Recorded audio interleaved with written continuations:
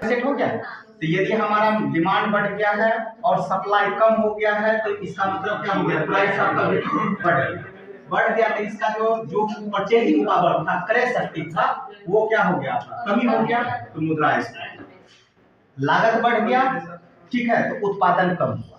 उत्पादन कम हुआ तो इसका मतलब क्या हो गया, पूर्ति कम हुआ। लेकिन मांग तो अधिक नहीं हो रहा था, पॉपुलेशन तो रोज बढ़ रहा है, तो डिमांड तो रोज बढ़ रहा है।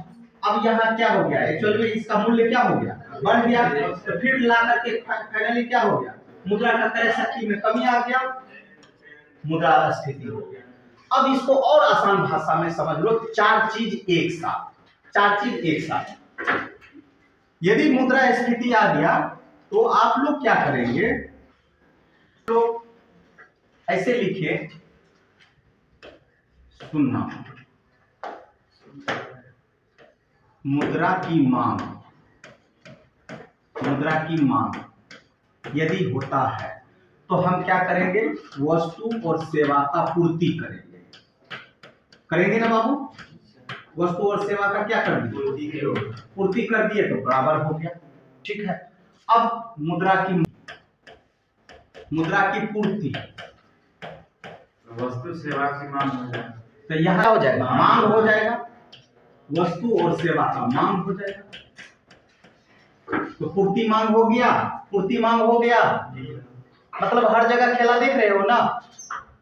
यदि हम लोग मुद्रा का मांग करेंगे तो वस्तु और सेवा का पूर्ति कर देंगे, ठीक है। मुद्रा का पूर्ति करना है तो वस्तु और सेवा का मांग कर देंगे, ठीक है, तो बैलेंस बन गया। लेकिन जहां दोनों में कॉन्फ्लिक्ट पैदा हुआ तो वहीं पर क्या हो जाएगा, खतरनाक मुद्रास्फीति। अब यही हम लोग देखते हैं, ये दो टर्म समझ में आ गया। ये दो टर्म को समझना बहुत जरूरी है और इसी के जुड़ा हुआ है हमारा। तो बराबर हो गया ना, ठीक है। यदि पूर्ति हमको हो रहा है और बराबर कर दिए तो मांग हो गया ना, समझ में आया।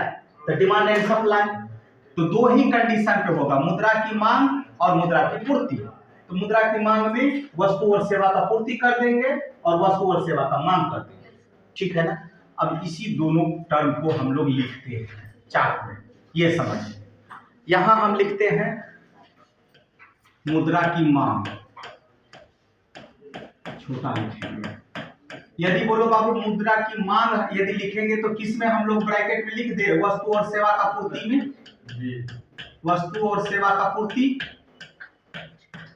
लिख सकते हैं, बोलिए ना। हाँ, ठीक है। यदि हम लोग बोलेंगे मुद्रा की पूर्ति, यहाँ ब्रैकेट में हम लोग लिख सकते हैं कि वस्तु और सेवा की मांग। यहाँ हम लोग मूल्य लिख सकते हैं, यहाँ हम लोग मूल्य कर दिए,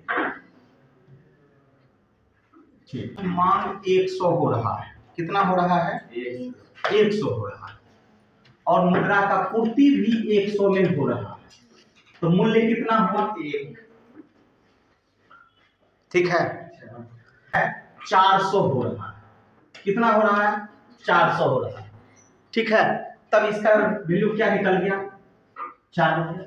अब सामान का कीमत कितना हो गया, 4 रुपया से 4 रुपया, 1 रुपया से क्या हो गया, 4 रुपया। अब यदि बोलो मांग तुम्हारा 100 ही है, अब पूर्ति 800 में हो गया, ठीक है, तब इसका वैल्यू क्या होगा, रुपया का वैल्यू क्या होगा, बढ़ते जाएगा। ये क्या कहलाएगा, मुद्रास्फीति। समझ में आया, ये क्या आया, मुद्रास्फीति, मतलब वैल्यू बढ़ गया ना, क्रय शक्ति हो रहा था ना कमी, तो इसका मतलब अब तुम्हारे पास डिमांड क्या हो रहा है, अब रुपया का वैल्यू क्या हो रहा है, बढ़ रहा है। तो 1 था, 1 रुपया में बराबर मिल रहा था, अब क्या हो गया उसी चीज का 4 रुपया, अब उसी चीज का क्या हो गया 8 रुपया। यही तो कहलाएगा क्या चीज, इन्फ्लेशन, मुद्रास्फीति। बात समझ में आया। अब देखो यदि हम लोग सेम कंडीशन यहाँ रखते हैं थोड़ा देर के लिए, ये हो रहा है, कितना में हो रहा है, 600। अब कितना रेट हो गया, 6 रुपया घट रहा है। फिर यहाँ पे 100 ही रखेंगे, और इसको हम लोग रखेंगे 300। अब कितना हो गया? 3। ये 100 और इसको 100। ठीक है, कितना हो गया ये? अब इसको हम लोग क्या कहेंगे? मुद्रा अपस्फीति। इसको क्या कहेंगे? मुद्रा अपस्फीति। जब मुद्रा का मूल्य है ना बढ़ते से घटते के जा रहा है और बराबर में हम आ गए, समझ में आया? तब इसको हम लोग क्या बोले? मुद्रा अपस्फीति। दिमाग में सेट हुआ? बोलो बाबू कि हम इसको जो है मांग वाला को फिक्स कर दिए हैं, वस्तु और सेवा का पूर्ति जो है एक तरीके से फिक्स हो गया। समझ में आया? तो ये फिक्स कर दिए हम। अब यदि बोलो फिर से हम लोग चलते हैं, ये 100 रखेंगे, ठीक है।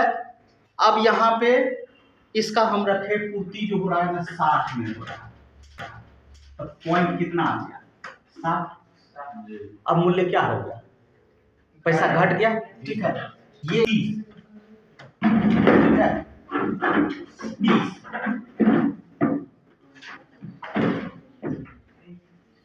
30, ठीक है। अब हम इसको क्या रखें? तो पॉइंट 30। अब यहाँ पे 100 रखे और यहाँ रखे 50, तो पॉइंट 5, ठीक है। उसके बाद 100 रखे 70, ये हो गया पॉइंट 70। उसके बाद 100 रखे 90, पॉइंट 90। 100 और 100 बराबर 1। अब यहाँ देखो तो इसको क्या हो गया? यहाँ पे देखो तो 60 था, अब कितना हो गया रे? 30। अब ये हमारा हो गया संकुचन। संकुचन यदि हम लोग इसको बोलेंगे कि मुद्रा संकुचन किसको कहते हैं, वैसी स्थिति में क्या होता है कि मुद्रा का मूल्य जो होता है ना बिल्कुल गिर जाता है। समझ में आया? हाँ, पॉइंट में, अब पॉइंट में लेकर के आ रहे हैं, ठीक। और इसको फिर से हम बोलते हैं मुद्रा संस्फीति। चार्ज एकदम कम हो गया ना हो। पहले तो तुमको बैलेंस लेकर के चले थे, यहां देखो ना, पहले दिमाग में सेट करो शुरू से। हाँ, शुरू से। यदि हम यहाँ पे समझो दो चीज, यदि मुद्रा का हम लोग डिमांड कर रहे हैं, मांग कर रहे हैं, तो किसमें हम लोग पूर्ति करेंगे? वस्तु और सेवा का पूर्ति कर देंगे। दूसरा, मुद्रा का पूर्ति कर रहे हैं तो किसमें हम लोग मांग रखेंगे? वस्तु और सेवा का मांग कर देंगे, दोनों को बराबर कर देंगे। अब बराबर करने के बाद तब मेरा पास वैल्यूएशन रहा तो कोई एकदम ना अमीर ना गरीब कुछ नहीं, ठीक है, रुपया का एकदम कोई वैल्यूएशन नहीं। ओके, यहाँ तक दिमाग में से। अब यदि हम बोले कि यदि हमारा मुद्रा का मांग को हम फिक्स कर दिए, ठीक है, किसी को भी तुम लोग अनबैलेंस कर सकता है, ये चीज को इधर ले आएगा, ये चीज को उधर लेकर जाएगा, तो फिर भी वही हाल। क्लियर है? यदि हमने रखा कि यदि मुद्रा का मांग 100 में हो रहा है, तो मुद्रा का मांग हो रहा है तो किस में करेगा पूर्ति? वस्तु और सेवा में पूर्ति करेगा। अब मुद्रा का पूर्ति करेगा तो किस में होगा? वस्तु और सेवा का मांग में होगा। 100 बराबर क्या हो? 1 रुपया। क्लियर? अब यदि तुम्हारा मांग 100 हो रहा था लेकिन पूर्ति 400 हो रहा है, तब क्या वैल्यूएशन? 4। फिर चल करके 100 है, 800 रुपया हो गया। अब इसका वैल्यूएशन क्या हो गया? 8 रुपया। जो सामान पहले 1 रुपया में मिलता था, अब वही सामान कितना में मिलेगा? 8 रुपया में। बात समझ में आया? अब क्रय शक्ति उसका क्या हो गया? कम ना हो गया, ठीक है। क्रय शक्ति का कम होना ही क्या कहलाएगा? मुद्रास्फीति। महंगाई का बढ़ जाना, ठीक है। कोई दिक्कत? चलो, यहां तक दिमाग में से। अब यदि हम बोलेंगे बाबू कि मांग 100 है और पूर्ति 600 में हो रहा है, अब हम आ गए 6 रुपया में, फिर कितना आए? 3 रुपया में, फिर कितना आए? 1 रुपया में। अब देखो 6, 3, 1 बढ़ने से क्या हो रहा है? घट रहे हैं। अब इसको हम बोलेंगे अपस्फीति, अप डाउन होता है ना, समझ में आया? अब यहाँ पे हम लोग क्या आ रहे हैं? फिर से बैलेंस कर रहे हैं। क्लियर है? तो मुद्रा अपस्फीति।